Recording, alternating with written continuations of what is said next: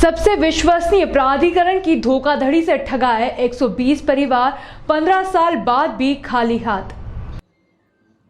उज्जैन विकास प्राधिकरण का कारनामा। प्राधिकरण की लापरवाही की वजह से वर्षों से अपने घर की आस में आज भी राह देख रहे हैं लोग, वो भी तब जबकि विकास प्राधिकरण में कैबिनेट मंत्री मोहन यादव अध्यक्ष और सांसद अनिल फिरोजिया उस वक्त उपाध्यक्ष रहते हुए शिप्रा विहार कॉलोनी के 120 परिवारों को प्लाट आवंटित हुए थे।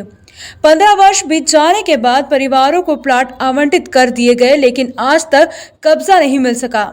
आज कई परिवार किराए के मकान में रहकर अपना जीवन बिताने पर मजबूर हैं।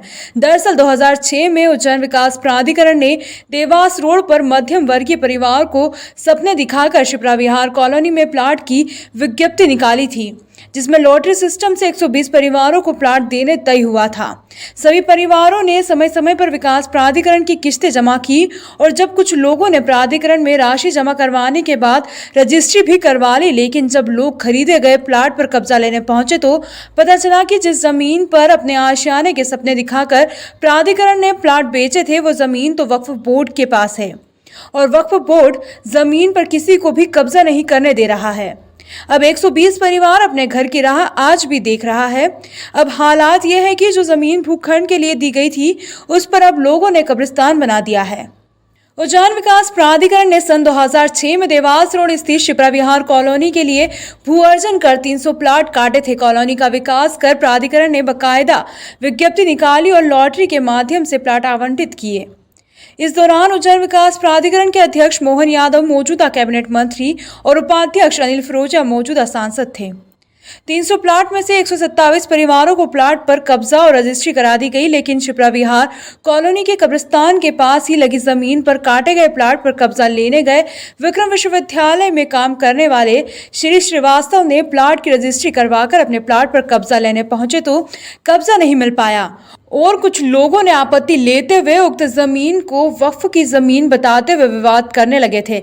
इसके बाद करीब 120 परिवारों के प्लाट आधार में लटक गए हैं। उज्जैन में एक इलेक्ट्रॉनिक शोरूम में काम करने वाले प्रकाश असरानी ने उज्जैन विकास प्राधिकरण से इस कारण प्लाट लिया था कि ताकि कोई धोखाधड़ी नहीं होगी। इस कारण 15 साल पहले पाई जोड़कर शिप्रा विहार में प्लाट के लिए इंस्टॉलमेंट में राशि जमा की ताकि अपना खुद का एक घर हो जाए, लेकिन बीते वर्षों में प्लाट की कीमत से अधिक राशि तो किराए के मकान के लिए खर्च कर चुके हैं।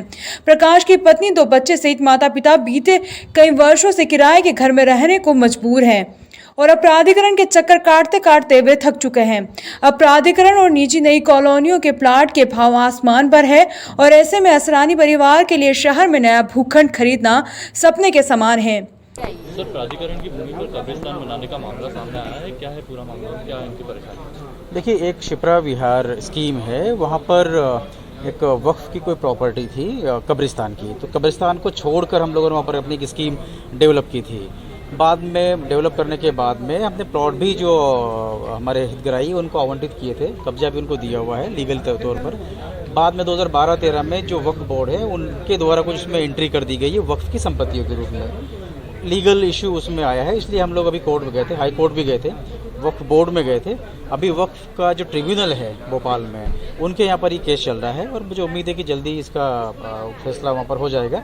लीगल तौर पर ये सारी ज़मीन जो है हमको भू अर्जन के माध्यम से कलेक्टर के द्वारा दी गई थी, उसी के आधार पर इसको विकसित करके जो हमारे आवंटित लोग हैं हितग्राही, उनको हमने आवंटित किया था और वो एक तरीके से उनका लीगल पूरा स्टेटस वहाँ पर है। चूँकि अब वक्फ बोर्ड में है तो मुझे उम्मीद है कि सितंबर में अक्टूबर में उसका निर्णय हो जाएगा, उसके बाद में हम कार्रवाई करेंगे। क्या आश्वासन दिया है इसमें जो परेशान है? देखिए, चूँकि मामला अभी वक्फ बोर्ड में है, ट्रिब्यूनल में है, लीगल इशू है, तो उस चीज़ को देखते हुए हमने यही कहा है कि वक्फ बोर्ड में इसका निराकरण जल्दी हो जाएगा और जो भी निर्णय होगा उसके बाद में आगामी विधिक कार्रवाइयाँ इसमें होंगी।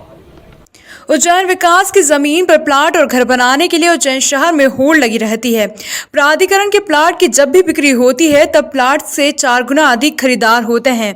इसी कारण प्राधिकरण को लॉटरी सिस्टम से प्लाट और मकानों का आवंटन करना पड़ता है। उज्जैन विकास प्राधिकरण ने शिप्रा विहार कॉलोनी की जमीन का अधिग्रहण करके 2006 में 300 प्लाट काटे, जिसमें से 120 प्लाट पर जब आवेदन रजिस्ट्री करवाकर कब्जा लेने पहुंचे तो उन्हें वक्फ बोर्ड के लोगों ने विवाद करके भगा दिया। इधर उज्जैन कलेक्टर ने इस पूरे मामले पर जल्द ही सभी प्लाट धारकों को कब्जा दिलाने की बात कही है।